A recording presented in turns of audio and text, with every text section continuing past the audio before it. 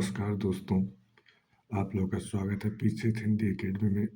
आज मैं आप लोगों को कक्षा 10 की एनसीईआरटी का अध्याय नंबर 6 पढ़ाऊंगा। दोस्तों, अध्याय का नाम है विनिर्माण उद्योग।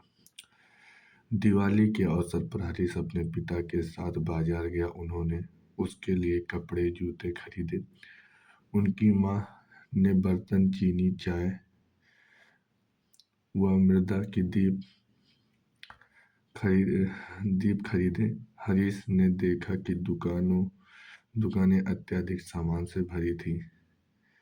चीजों को इतनी अधिक मात्रा में देखकर वह हैरान था।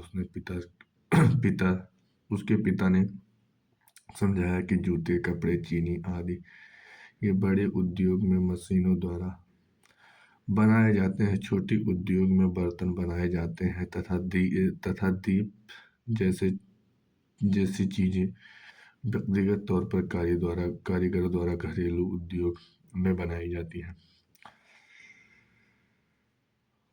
क्या आप इन उद्योग के विषय में जानते हैं?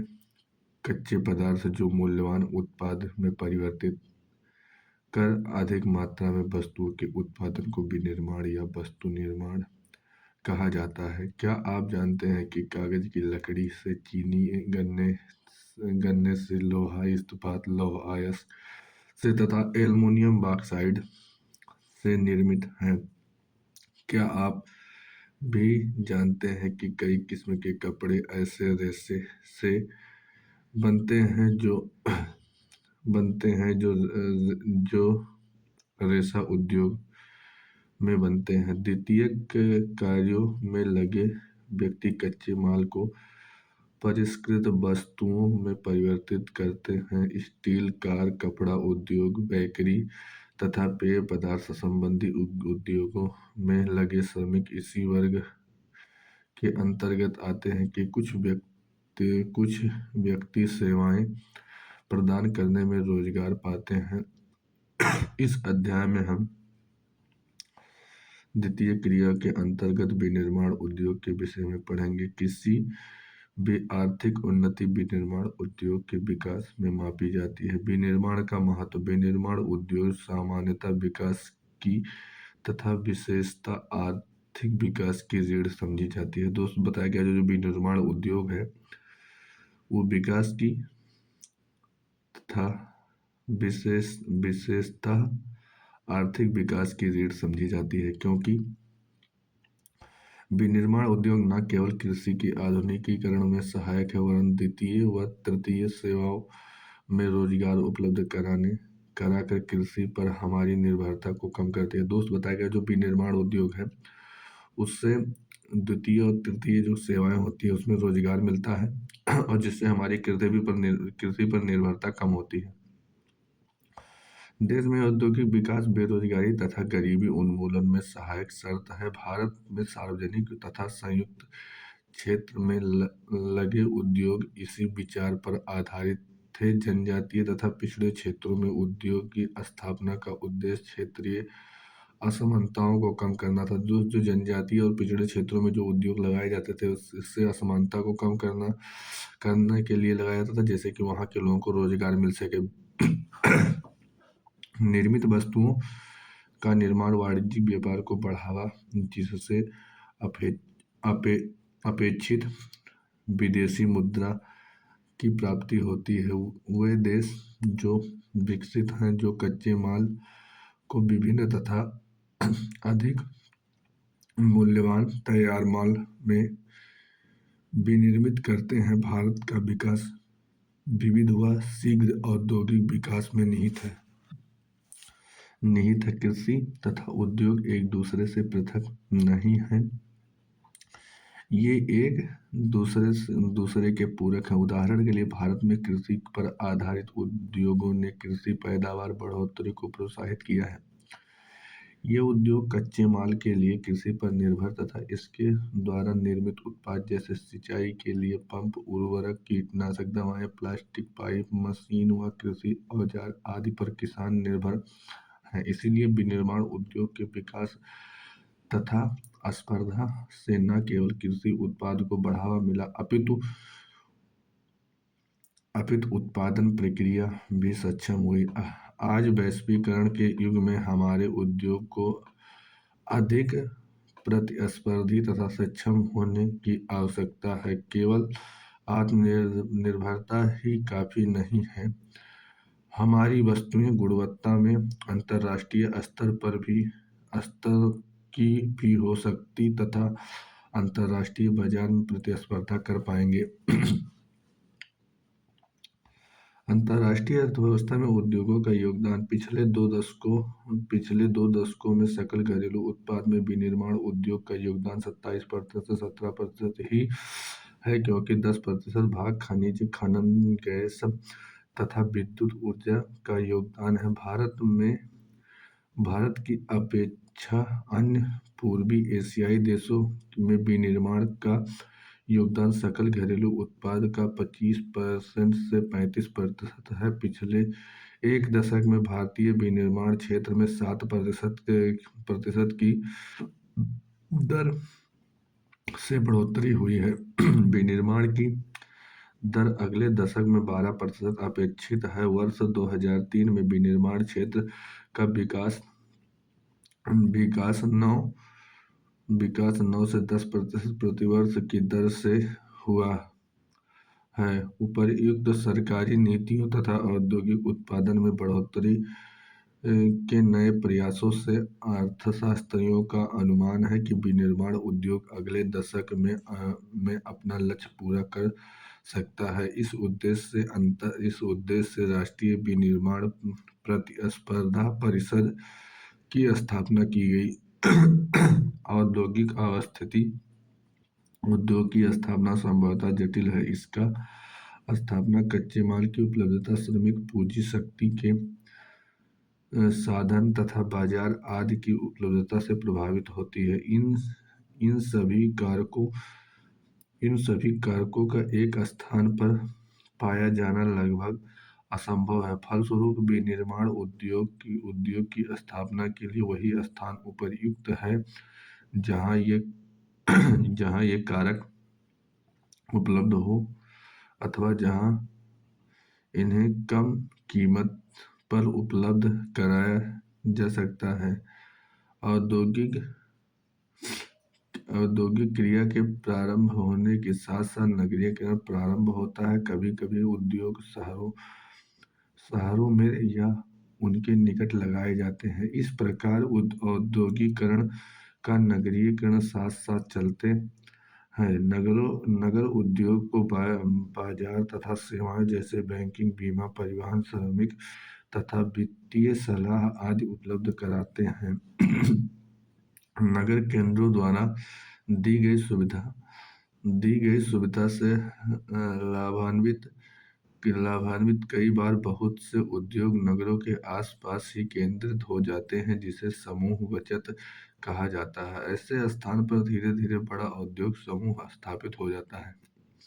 स्वतंत्रता से पहले अधिकतर विनिर्माण उद्योग की स्थापना दूरस्थ देशों से व्यापार पर निर्भर थी, जैसे मुंबई, कोलकाता व चेन्नई आदि। परिणाम स्वरूप कुछ एक नगर औद्योगिक केंद्र के रूप में भी उभरे हैं, जो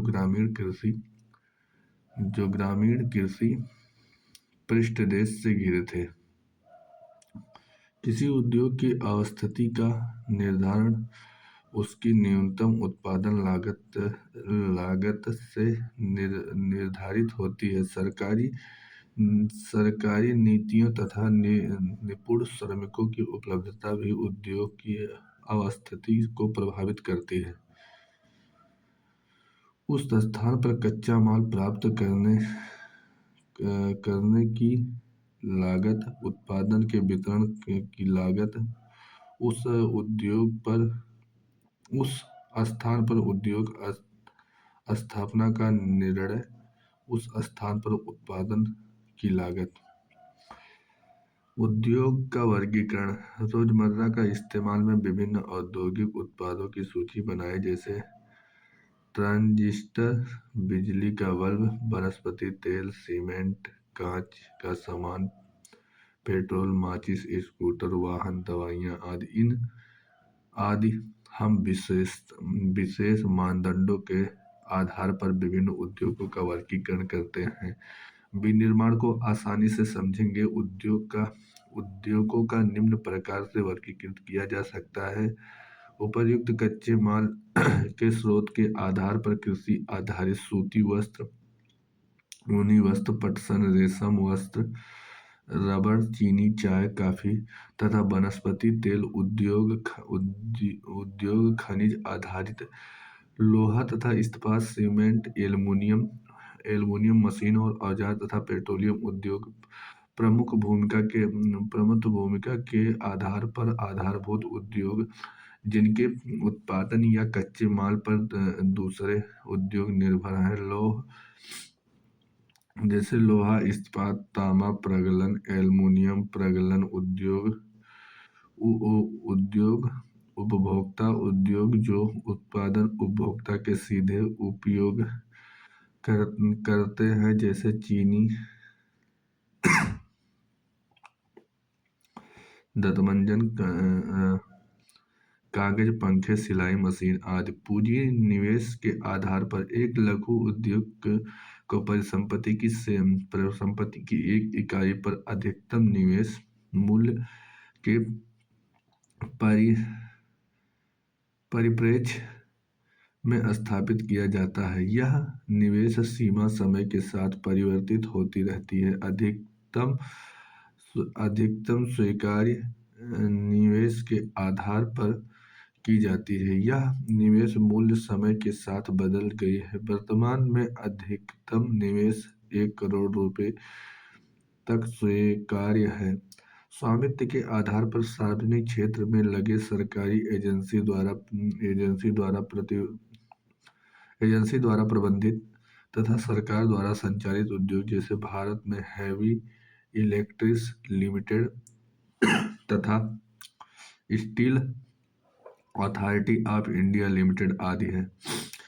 निजी क्षेत्र में उद्योग जिनका एक व्यक्तिगत के स्वामित्व में और उसके द्वारा संचालित अथवा लोगों के स्वामित्व में या उनके द्वारा संचालित टिकटों, कागजों, ऑटो लिमिटेड,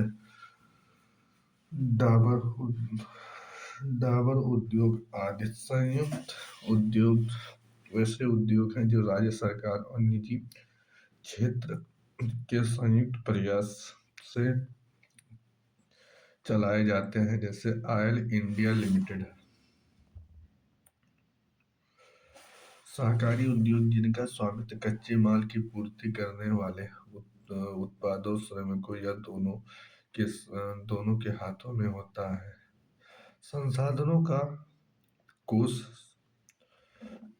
संयुक्त होता है तथा लाभ हानि का विभाजन भी आनुपातिक होता है, जैसे महाराष्ट्र में चीनी उद्योग, केरल में नारियल पर आधारित उद्योग, कच्चे माल, तैयार माल की मात्रा व भार के आधार पर भारी उद्योग जैसे लोहा, इस्पात इत्यादि। हल्के उद्योग जो कम भार वाले कच्चे माल का प्रयोग कर हल्के तैयार माल का उत्पादन करते हैं, जैसे विद्युतीय उद्योग।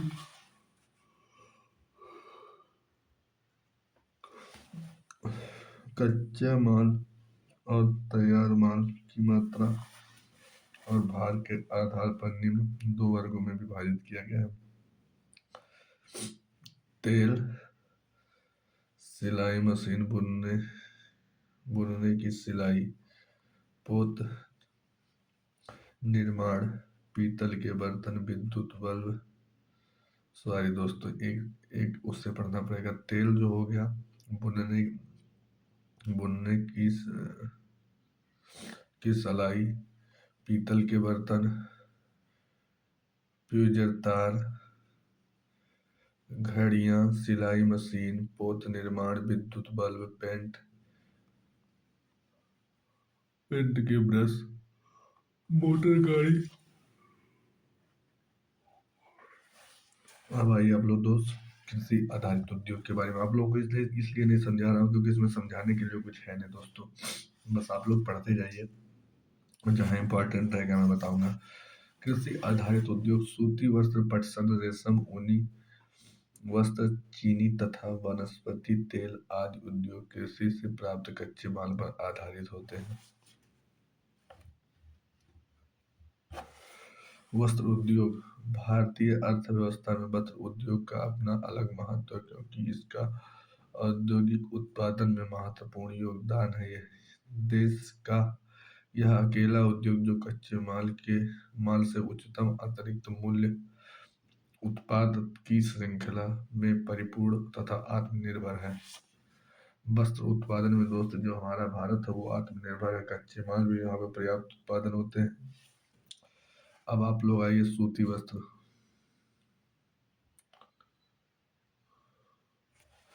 सूती वस्त्र उद्योग प्राचीन भारत में सूती वस्त्र हाथ से कताई और हथकरघा बुनाई तकनीकों से बनाए जाते थे। 18वीं शताब्दी के बाद भी 18वीं शताब्दी में विद्युतीय करघे का उपयोग होने लगा। औपनिवेशिक काल के दौरान हमारे परंपरागत उद्योग को बहुत हानि हुई, क्योंकि हमारे उद्योग इंग्लैंड के मशीन निर्मित वस्त्रों से स्पर्धा नहीं कर पाए।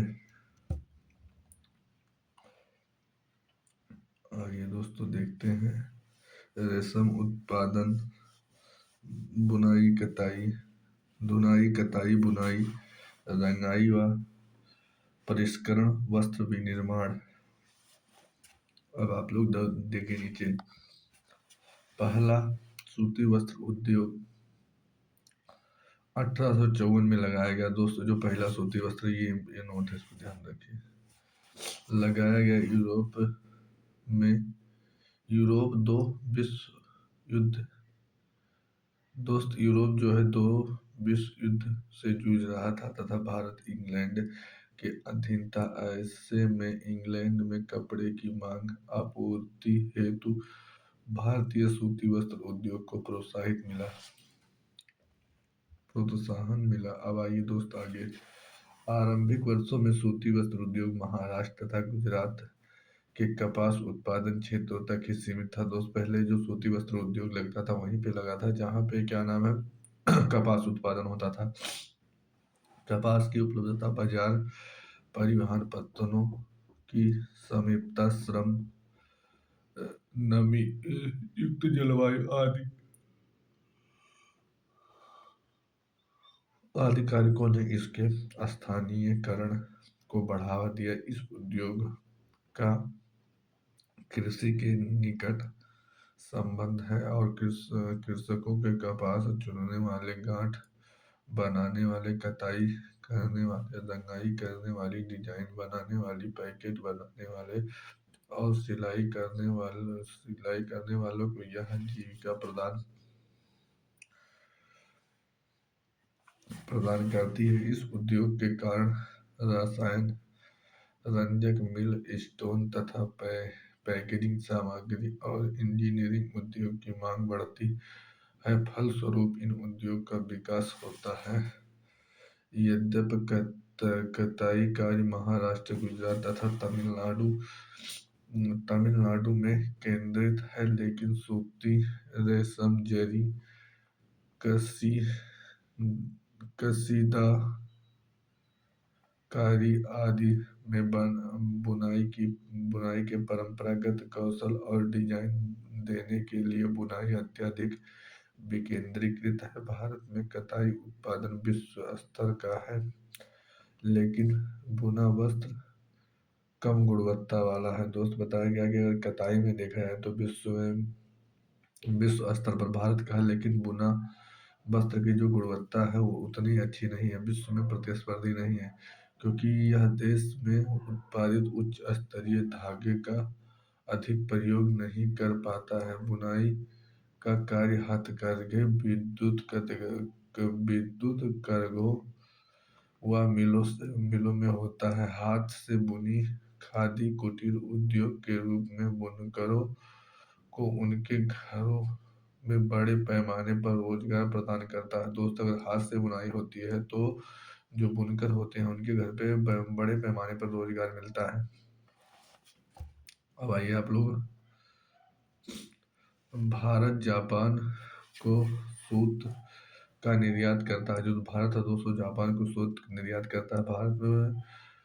भारत में सूती वस्त्र के अन्य आयातक देश संयुक्त राज्य अमेरिका, इंग्लैंड, रूस, फ्रांस, पूर्वी यूरोप देश, नेपाल, सिंगापुर, श्रीलंका तथा अफ्रीका के देश हैं। सूती रेशे, अब आइए दोस्त, सूती रेशे के विश्व व्यापार में हमारे देश की भागीदारी काफी महत्वपूर्ण है। यह कुल अंतर्राष्ट्रीय व्यापार का लगभग एक चौथाई भाग है। हमारे कताई कारखाने विश्व स्तर पर प्रतिस्पर्धा कर सकते हैं और हम जो सूत पैदा करते हैं उसका उपभोग करने में सक्षम हैं। लेकिन बुनाई और कताई तथा प्रक्रमण इकाई देश में उत्पन्न में किए गए उच्च कोटि के धागे का उपयोग नहीं कर पाती है। इस क्षेत्र में कुछ ही बड़े और आधुनिक कारखाने तथा अधिकतर छोटी व बिखरी हुई इकाई ही है जिसका उत्पादन स्थानीय बाजार की मांग को ही पूरा कर पाता है। यह इस उद्योग की एक बड़ी कमी है जिसका परिणाम स्वरूप हमारे बहुत से कताई करने वाले सूती धागे का निर्यात करते हैं, जबकि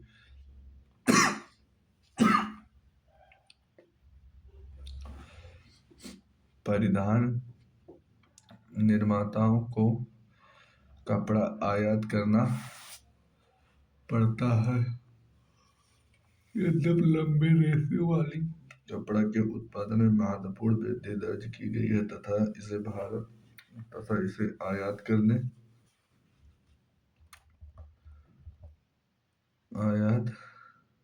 की आवश्यकता महसूस की जाती है। विशेषतः बुनाई व अन्य संबंधित क्षेत्रों में अधिनियमित विद्युत आपूर्ति को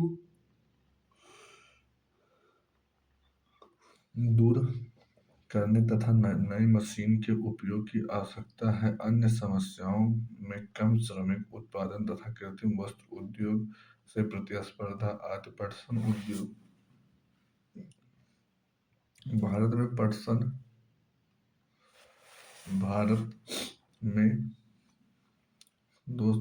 पटसन उद्योग भारत पटसन व पटसन निर्मित सामान में सबसे बड़ा उत्पादक है। दोस्त बताइए, जो भारत है वह पटसन उत्पादन में भी और पटसन निर्मित सामान में भी सबसे बड़ा उत्पादक है। बांग्लादेश के पश्चात दूसरा बड़ा निर्यातक भी है।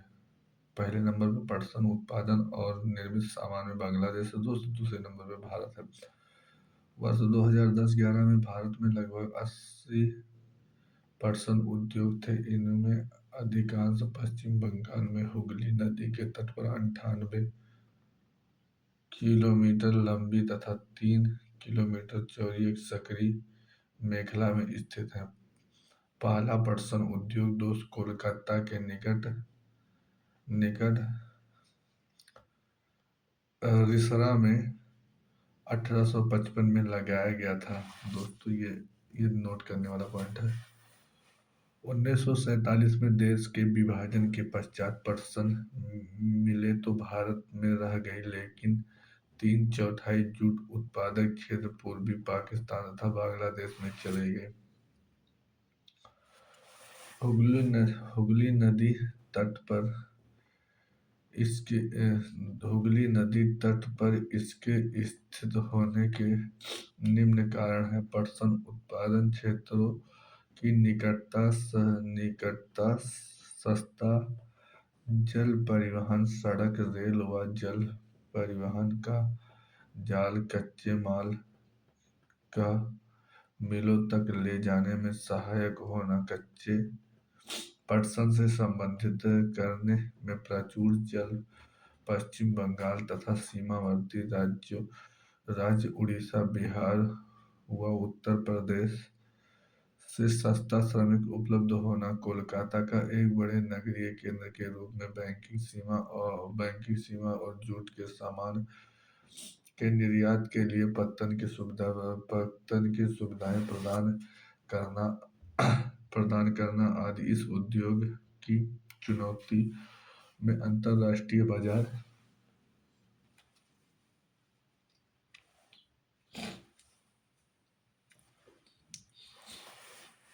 इस उद्योग की चुनौती में अंतरराष्ट्रीय बाजार में कृत्रिम वस्त्रों और बांग्लादेश, ब्राजील, फिलीपींस, मिस्र तथा थाईलैंड जैसे अन्य देशों में कड़ी प्रतिस्पर्धा शामिल है।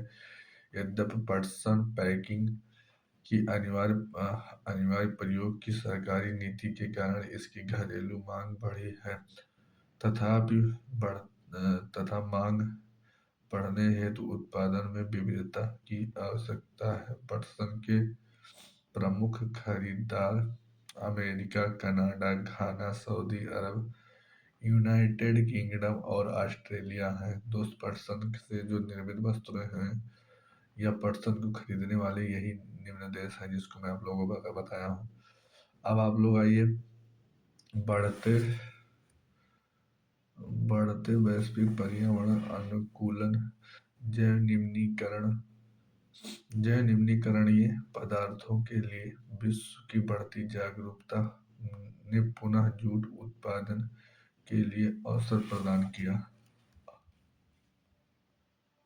अब आप लोग आए चीनी उद्योग भारत का चीनी उत्पादन में विश्व में दूसरा स्थान है, लेकिन गुड़ व खांडसारी के उत्पादन में इसका प्रथम स्थान है। दोस्तों, चीनी उत्पादन में विश्व में दूसरा स्थान है, लेकिन गुड़ और खांडसारी उत्पादन में प्रथम स्थान पे है भारत। इस उद्योग में प्रयुक्त कच्चा माल भारत इस उद्योग में उपयुक्त कच्चा माल भारी होता है तथा ढुलाई में इसके सुक्रोज की मात्रा घट जाती है। चीनी मिलें उत्तर प्रदेश, बिहार, महाराष्ट्र, कर्नाटक, तमिलनाडु, आंध्र प्रदेश, गुजरात, पंजाब, हरियाणा तथा मध्य प्रदेश के राज्यों में फैली है। चीनी मिलों का 60% उत्तर प्रदेश तथा बिहार में है। यह उद्योग मौसमी है, अतः सहकारी क्षेत्र के लिए उपयुक्त है। क्या आप बता सकते हैं ऐसा क्यों? पिछले कुछ वर्षों में इन मिलों की संख्या दक्षिण और पश्चिम राज्यों में, विशेषकर महाराष्ट्र में बढ़ी है। इसका मुख्य कारण यह है कि गन्ने में अधिक सुक्रोज की मात्रा है। अपेक्षाकृत ठंडी जलवायु भी गुणकारी है। इसके अतिरिक्त इन क्षेत्रों में सहकारी समितियां भी सफल रही हैं। इस उद्योग की मुख्य चुनौतियां इस प्रकार है। इस उद्योग का अल्पकालिक होना, पुरानी व असक्षम तकनीकी का इस्तेमाल, परिवहन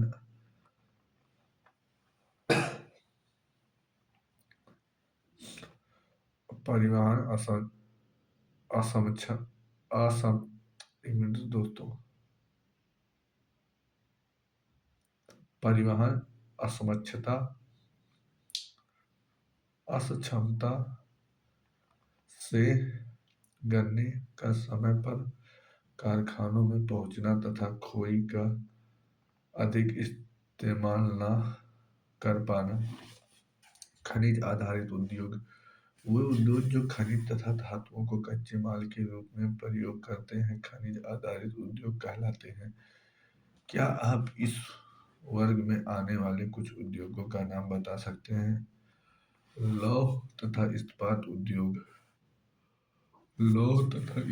उद्योग एक आधारभूत उद्योग है। क्योंकि अन्य सभी भारी, हल्के व मध्यम उद्योग इनसे बनी मशीन मशीनरी पर निर्भर है। विविध प्रकार के इंजीनियरिंग सामान, विनिर्माण सामग्री, रक्षा, चिकित्सा, टेलीफोन, वैज्ञानिक उपकरण और विभिन्न प्रकार की उपभोक्ताओं वस्तुओं के निर्माण के लिए इस्पात की आवश्यकता होती है।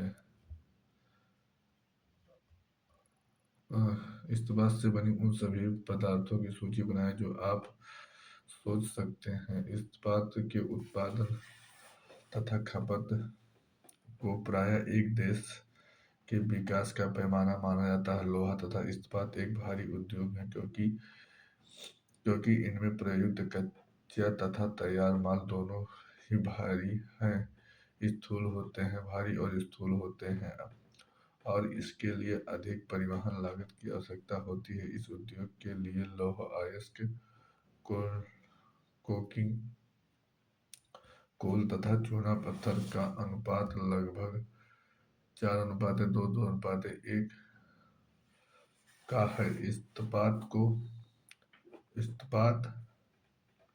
को कठोर बनाने के लिए इसमें मैंगनीज की कुछ मात्रा की भी आवश्यकता होती है। आदर्श इस्पात उद्योग की आदर्श स्थापना कहाँ होनी चाहिए? यह याद याद रहे कि इससे निर्मित माल को बाजार में उपभोक्ताओं तक पहुंच के लिए भी सक्षम परिवहन की आवश्यकता होती है। 2016 में भारत 956 लाख टन इस्पात का विनिर्माण कर संसार में कच्चा माल उत्पादों में तीसरे स्थान पर था। यह स्पंज लौह का सबसे बड़ा उत्पादक इस्पात के अत्यधिक उत्पादन के बावजूद 2016 में यहाँ प्रति वर्ष प्रति व्यक्ति खपत केवल 63 किलोग्राम थी, जबकि इसी समय विश्व में प्रति व्यक्ति औसत खपत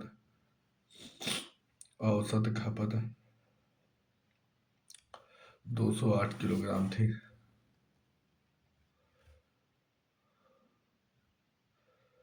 इस समय भारत में 10 मुख्य संकलित उद्योग तथा बहुत छोटे इस्पात संयंत्र हैं। भारत में स्थित इस्पात संयंत्रों के उत्पादों की जानकारी एकत्र करें। इस्पात की प्रक्रिया दोस्तों ये लोग आप लोग देख लेना, इसमें अच्छे दिख नहीं रहा वीडियो में।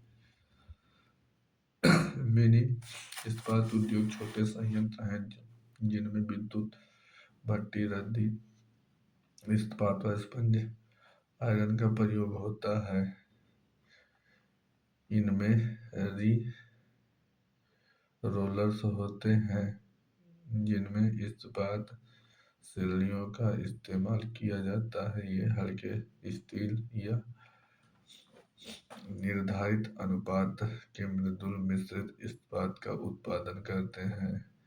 एक संकलित इस्पात संयंत्र एक बड़ा संयंत्र होता है जिसमें कच्चे माल को एक स्थान पर एकत्रित करने से इस्पात बनाने, उसे ढालने और उसे आकार देने की प्रत्येक क्रिया की जाती है।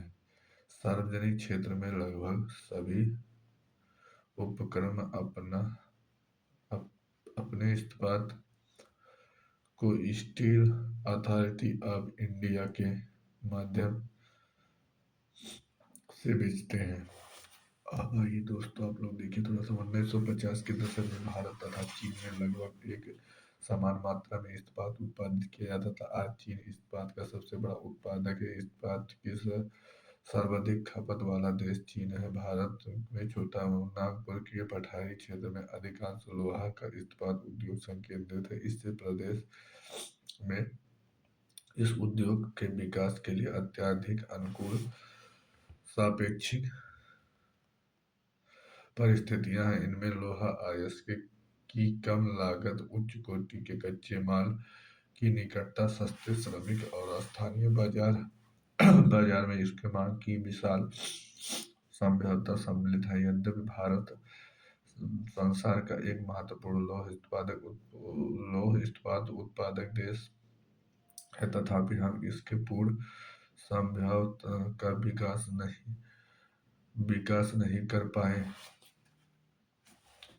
इसके निम्न कारण हैं: उच्च लागत तथा कोकिंग कोयले की सीमित उपलब्धता, कम श्रमिक उत्पादकता, ऊर्जा की अनियमित पूर्ति, अविकसित अवसंरचना आदि है। हम भी उच्च कोटि का इस्पात दूसरे देश से आयात करते हैं। हालांकि हमारा कुल इस्पात उत्पादन घरेलू मांग पूर्ति हेतु पर्याप्त है। निजी क्षेत्र में उद्यमियों के प्रयत्न से तथा उदारीकरणों व अप्रत्यक्ष विदेशी निवेश ने इन उद्योग को प्रोत्साहन दिया है। इस्पात उद्योग को अधिक स्पर्धावान बनाने के लिए अनुशासन और विकास के साधनों को नियत करने की आवश्यकता है।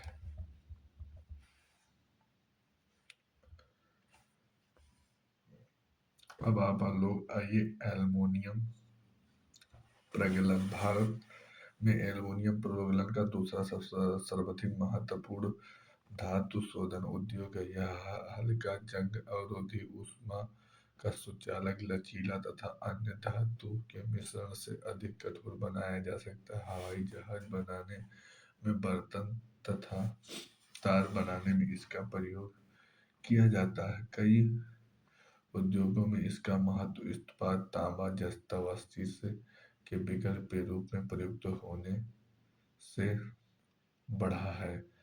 देश के एल्युमिनियम प्रगलन संयंत्र ओडिशा, पश्चिम बंगाल, केरल, उत्तर प्रदेश, छत्तीसगढ़, महाराष्ट्र और तमिलनाडु राज्य में स्थित है।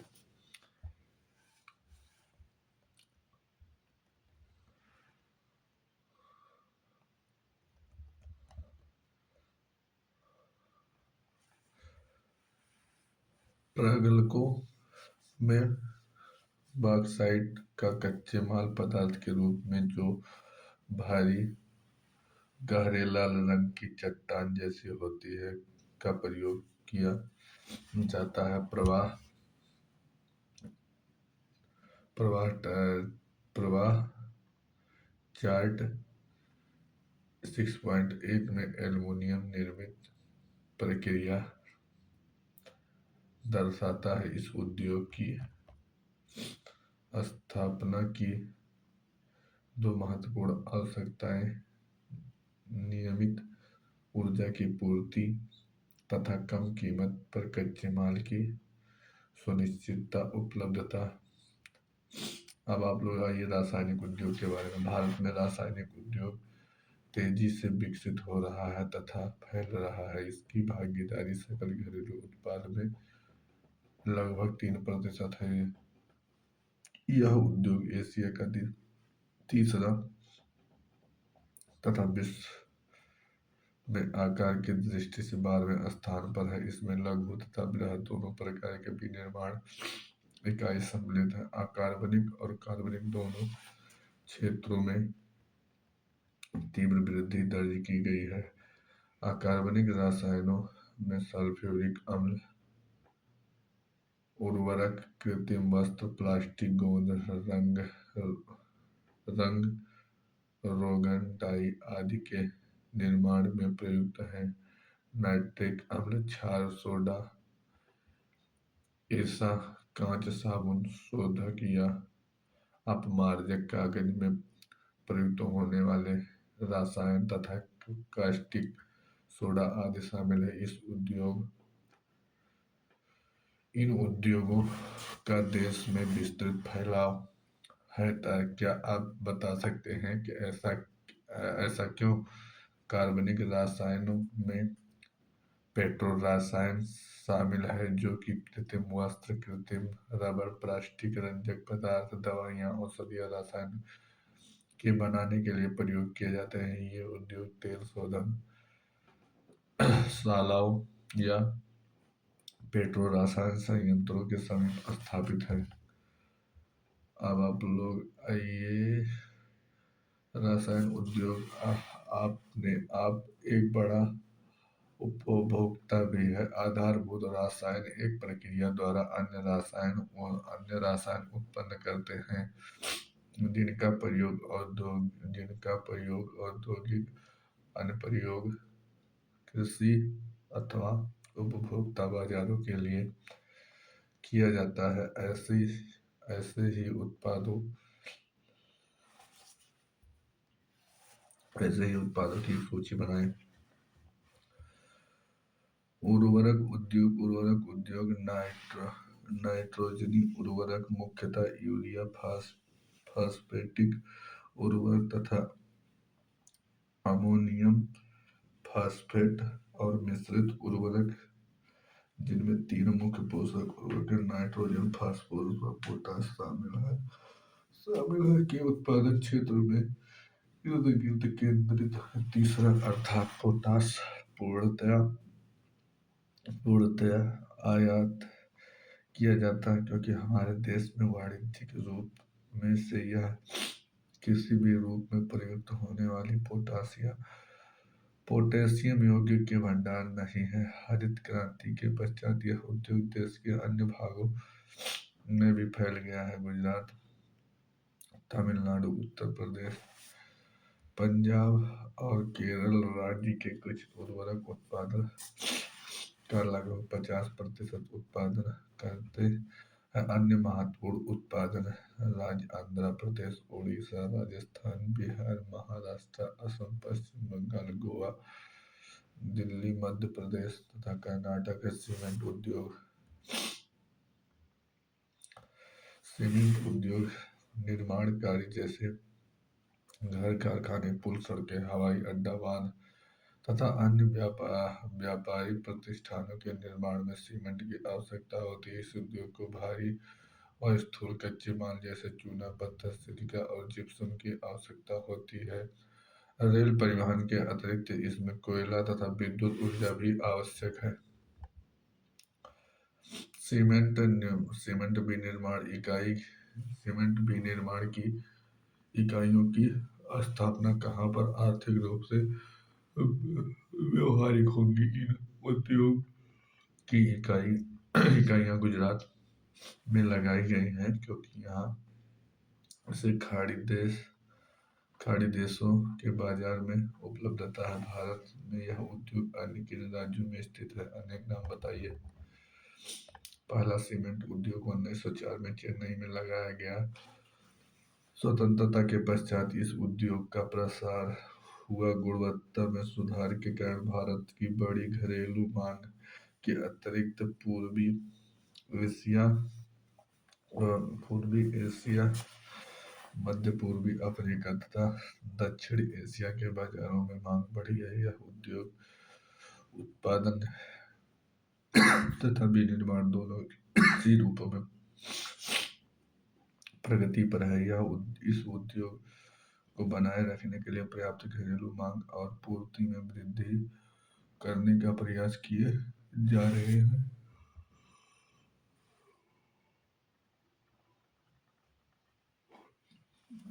मोटर गाड़ी उद्योग मोटर गाड़ी यात्रियों तथा सामान के तीव्र परिवहन का साधन है। भारत में विभिन्न केंद्रों पर ट्रक, बस, कारें, मोटरसाइकिल, स्कूटर, तिपहिया तथा बहुउपयोगी वाहन निर्मित किए जाते हैं। उदारीकरण के पश्चात नए और आधुनिक मॉडल के वाहनों का बाजार तथा वाहनों की मांग बढ़ी है, जिससे इस उद्योग में विशेषकर कार, दोपहिया तथा पहिया वाहनों में अपार वृद्धि हुई है। यह उद्योग दिल्ली, गुड़गांव, मुंबई, पुणे, चेन्नई, कोलकाता, लखनऊ, इंदौर, हैदराबाद, जमशेदपुर तथा बेंगलुरु के आसपास स्थित है। सूचना प्रौद्योगिकी तथा इलेक्ट्रॉनिक उद्योग के अंतर्गत आने वाले उत्पादों में ट्रांजिस्टर से लेकर टेलीविजन, टेलीविजन, ट्रांजिस्टर से लेकर ट्रांजिस्टर ट्रांजिस्टर से लेकर television, telephone, cellular, telecom, telephone exchange, radar, computer, दूरसंचार उद्योग के लिए उपयोगी अन्य उपकरण बनाए जाते हैं।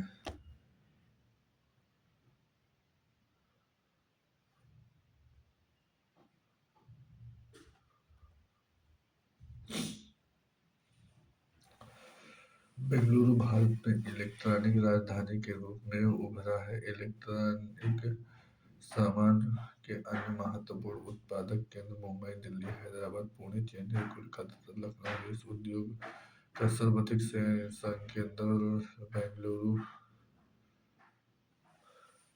संकेंद्र